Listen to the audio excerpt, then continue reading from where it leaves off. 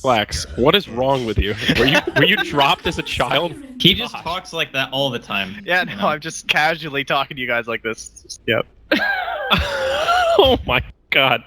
All right, well, with that beautiful transition, we're going to go ahead and hand it over our casters here. We've got none other than Odie, Pixel, and Cinderin, your grand finals casters here. Odie, Pixel, take it away, my man.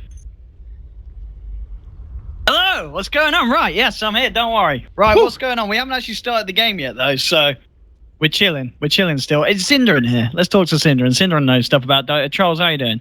Hey. You hear me? All right, we're good? Yeah, I can hear you. So, Okay. Cinderin, Perfect. what would you like to say? What would I like to say? I think, the funny thing about this for me is, once again, we follow through with the trend that's been happening so far in this tournament. That is that we don't get 100% standard drafts in game one. Like, Wraith King is not a hero that gets picked very much these days. It's picked from one side. On the other side, I guess, pretty much standard, though. So there's maybe one surprise pick here in game one, but it's still, I think, more games than not, there has been something unusual even in the first game, so that's pretty cool. Okay. And just to confirm, the game's not started, has it? I'm in it. Oh. It's in-game. Right, I'm sure this is something we can fix. I'm still stuck on a lobby screen. Right. Okay. Uh-oh. Okay.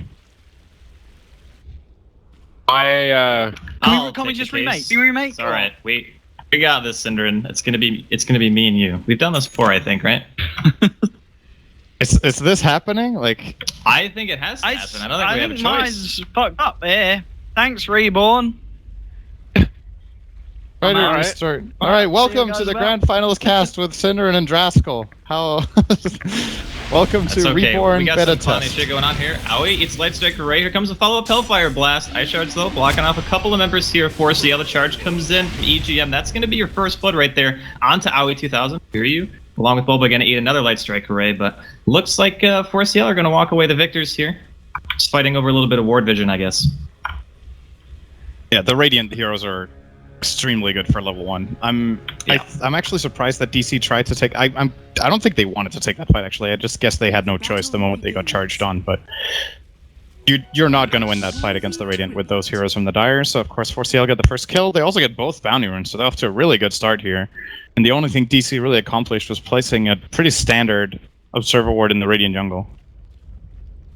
Yeah, I think the whole thing kicked off too by that Light Strike Array from Fog. So I think that one was pretty hard for them to avoid in general. So really good stuff coming out from 4CL. And they're the kind of team where I feel you give them a little bit of momentum, especially with a lineup like this, and they can do a ton. Now we got to see how the lanes are going to shape up, and it seems like dual offlane Tusk Darks here.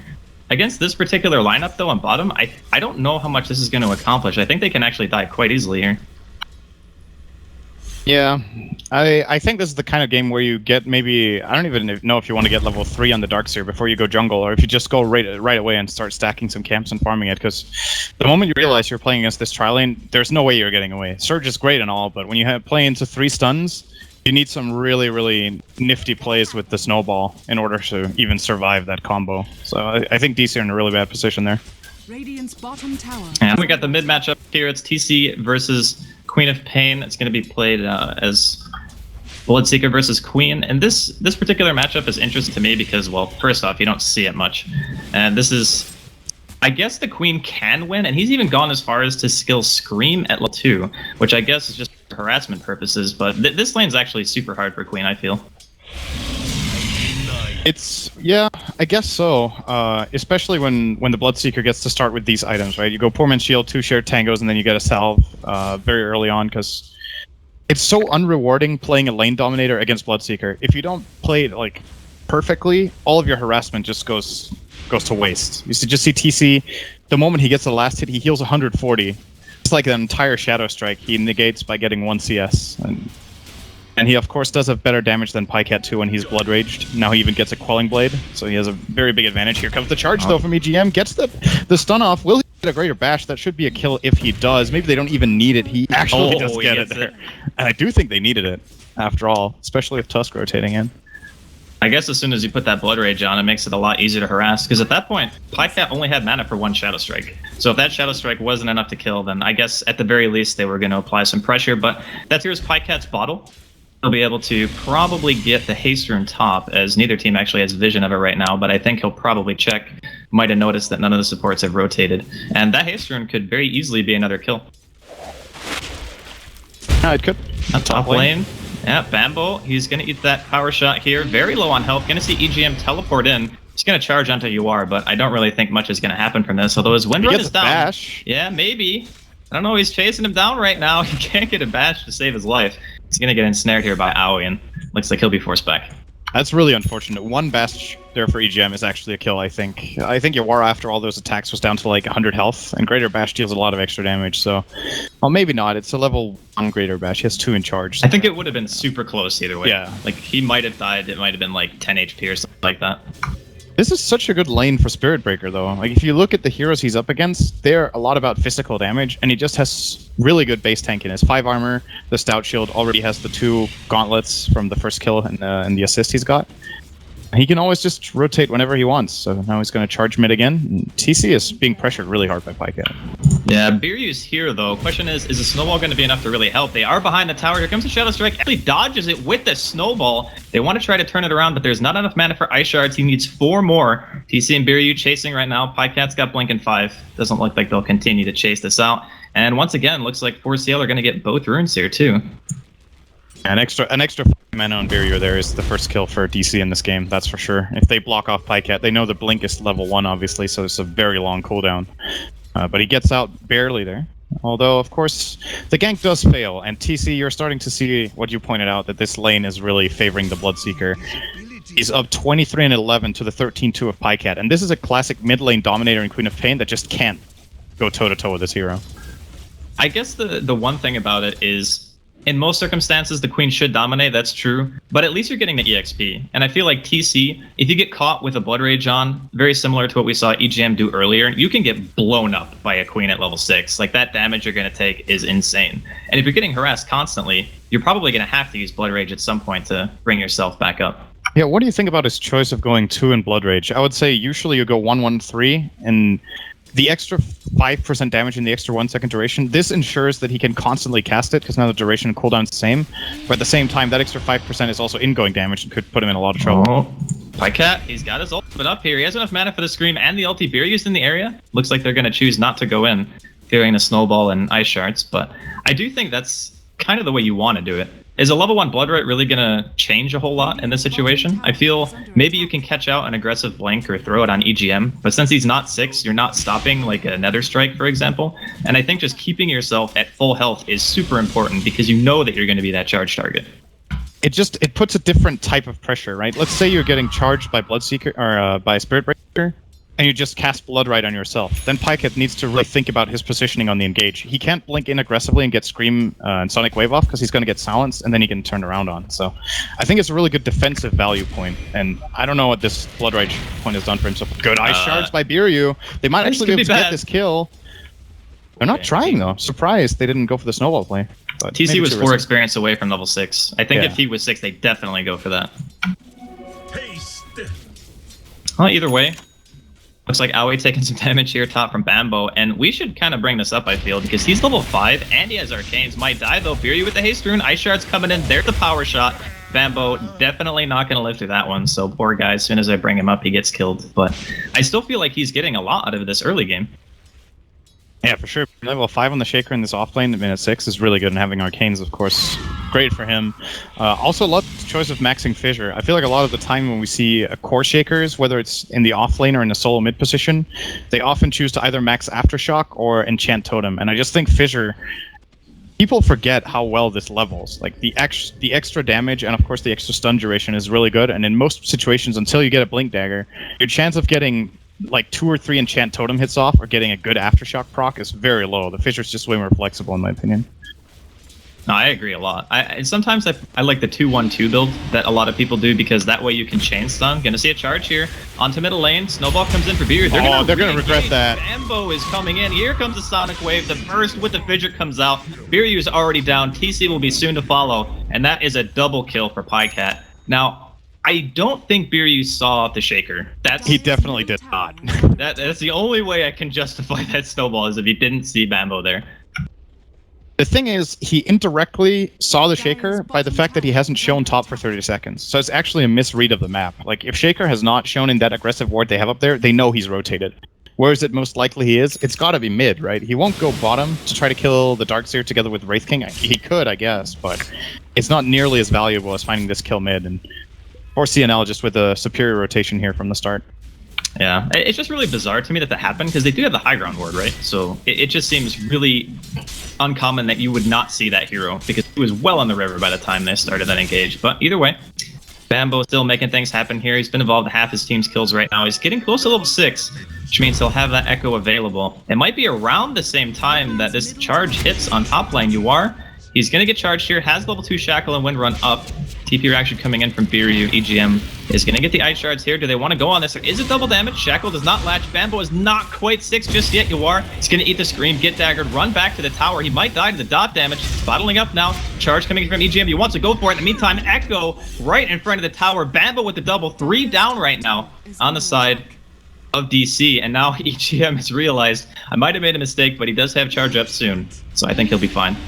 That was actually such a clutch echo by Bambo there. If he doesn't get that off, the Pycat ultimately does end up dying, but the amount of damage they managed to output between that Echo Slam on 2 heroes, and of course the Enchant Totem attack finally to finish off the Bloodseeker, that would have probably been a lost fight if they didn't have that clutch timing there. And instead they get a very convincing 3-1 win in that engage, so very solid from them. And I feel like it's interesting to see the playstyle of 4 Clovers. It's kind of 4 Protect 1 in a lot of their games. Swift Ending is just really farming away this game on a Wraith King, who's often a very active early game carry, but it's just their style of play and it's working wonders so far. The nice thing about their lineup is they don't really need him right now, you know? They have Queen, ulti's up once again. I guess the person who's suffering the most here on the side of 4CL, if anyone, is going to be Saksa, because he's only level 4 at the moment. Everyone else is having a phenomenal early game. And just between the 3 of, you know, Pycat, of course, on the Queen, and then the Spirit Breaker, plus the Earthshaker, they've just been making so much happen. And to a certain degree, you kind of got to be concerned for this Bloodseeker, because he absolutely needs BKB. And if 4CL start 5-manning, Blade Mail Bloodseeker build is not that effective in that situation. No, and there's just a couple of really good natural BKB carriers on the Radiant. So yeah, the Blade Mail is only impactful for, say, 5 to 10 minutes, and then you got to make so much of it. I don't think this is a Blade Mail for Bloodseeker. I'm with you on that. He has to go for more of a combat and more of a farming build, perhaps. So we'll see what TZ chooses to do here. Looks like there's a little bit of a smoke coming up for 4 Clovers, so we've got EGM cracking level 6, Bambo's level 7, so level 4 Fissure. If they get an opening on pretty much anyone who's not protected by a snowball, that hero will die instantly. Biryu was so close to breaking the smoke there. He'd walk just a little bit closer. They might just end up finding Bulba here in the woods. Smoke break. Yeah, he's not having a great time. See you later, Sam. Rip in pieces. Here comes Biryu, though. He actually has the opportunity to block both heroes off in this point with Ice Shards, but there's no backup available. If Yawar was a little bit closer and had rotated over, they could have found 1 kill there at least. Now instead, EGM, making it very clear that he's charging bottom, actually stops it at the mid-tier 1 tower. He's just gonna farm a bit here, but so far so good for 4CL's game plan, at least. They're ahead by almost 4,000 gold, 3k experience. Look at Bambo's money right now. Like, he's gonna really have Blink Arcanes at like 12, 13 minutes. That is so insane. Like, how are they gonna fight against this? Honor of the Siren run? Well, yeah, that's their only option, really. But that's only up once every 3 minutes right now because it's level 1. I think the one thing that DC have going for them right now is the fact that it's not like 4CL's team is amazing at pushing, right? Like, they have to kill first and then push after. They have a decent amount of spam. They have Ice Shards, Riptide, of course, Ion Shell, and Power Shot. So they can kind of delay, try to get their core items going for them, and I guess just try to avoid fights for now, because honestly, with this mass amount of disable in the early game that 4CL have had, I think it's a mistake to try to fight them, unless maybe you outnumber them. And it's only going to get harder when this Wraith King gets an active item. Like, he has Armlet right now. I'm thinking he's going to get an ability item next, like a Blink Dagger. For DC to deal with that, Pycat with a good blink takes no Rupture damage. Doing the trick there, of course. What is it? On Rupture, if you travel more than... How much distance is it? You don't take the damage? It's actually 1,300, I think, exactly. It's 1,300 exactly, and Blink can blink 1,300. So you blink, and then you move an inch, and then you've passed the threshold. And of course, the damage of Rupture is dealt... I think it's calculated every quarter of a second, correct me if I'm wrong. So I think it's blink around and there, move, that's why you can do it. You can also do it if you move and then blink, but you have to be super fast because, of course, blink has an animation. So the animation actually delays it enough where sometimes you still take the rupture damage. So it is typically easier to move after the blink. This tower mid is taking a lot of damage here. Once again, just the 4C&L strategy is just really coming into its own right now. Everyone has what they need. Like the lowest farmed hero on their side, Saxa, is still almost level 7 minute 13, which isn't like phenomenal for support, but considering what position he's been in, only 1 assist and just really babysitting bottom, he's looking good too with all the jungle he found. There's really been no pressure at all on the bottom side of the map for 4C&L. Like, it's just completely been mid and top lane where majority of the action's been happening. Speaking of, Rupture here onto EGM, Blood Right coming in, teleport reaction. It's going to be Bambo. He does have Echo. There's 3 heroes right next to each other. Here comes the Blink Dagger. TC and Volva just explode under the damage you are. He's going to eat the Light Strike Array and the Laguna. See you later. Saxa comes in to finish up that kill, and they were not expecting Bambo to have a blink. I can tell you that. This is just an absolute beatdown. There's really no other way to put it right now. Looks like Birio is also going to fall mid. He's trying for the TP out, but Pycat more than enough damage here. The charge was giving the vision. Birio thought he could juke him there with the fog, but good charge secures that kill, and now it's 4 kills in a row. They're getting the top tier 1.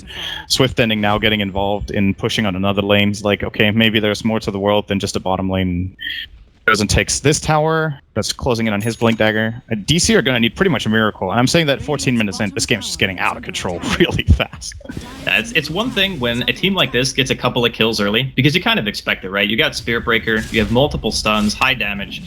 It's expected that a couple of people get picked. But when you start losing your tier 1s like this, and it's only 14 minutes in, the offlane Shaker has Blink, Arcanes, halfway to Force Staff. You got some real problems on your hands, because it's not really a problem anymore defending tower, but... Are you looking at the net worth? It's generally a good indicator when the offlaner of one team has more gold than the safe laner of the other, that you're stomping. He's got almost as much net worth as his mid player in his safe lane, so... I think Bambo is just having another standout game, to be honest. It seems like these are the types of heroes that he plays best. The ones that can turn around and just either do counter initiation or find picks for himself. Like, his map awareness, I feel, is some of the best out of any of the players that I've seen. And if you give him a hero that can make the plays, it will happen. He's definitely been solid once again in this game. I feel like the entirety of 4 Clovers have just been getting the job done. It's similar to that game yesterday, like you mentioned, where you played Sand King, where it's like you don't want to take anything away from any of the other players because they also played great. But he's just having that standout game, as you were mentioning. So it's just really... I want to mention EGM too on that account, actually. I think a lot of the success has really been because of the Spirit Breakers just getting information and also just setting up a lot of key kills here. It looks like he will be going for another one, but this one is a bait.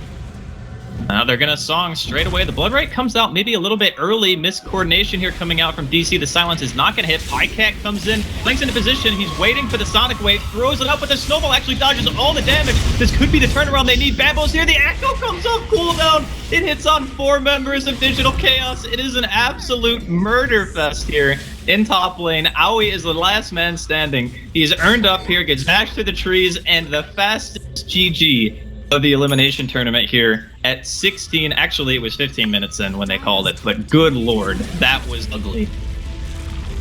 Yeah, that was ugly. Really. I think, you know, if you look at 4C&L's draft and what they have early on in this game, they have this potential to play super aggressively. And you look over at DC, and it seems like in a lot of ways their lineup is more reactionary. What I would have liked to see out of them was bringing the Darkseer to fights earlier and trying to get Ion Shell on Bloodseeker and Tusk, for example. Just run at the enemy and try to kill them off with Ion Shell, because that's the real source of damage in the early game. Really relies on the Darkseer, and he was just in the offlane the whole time, farming,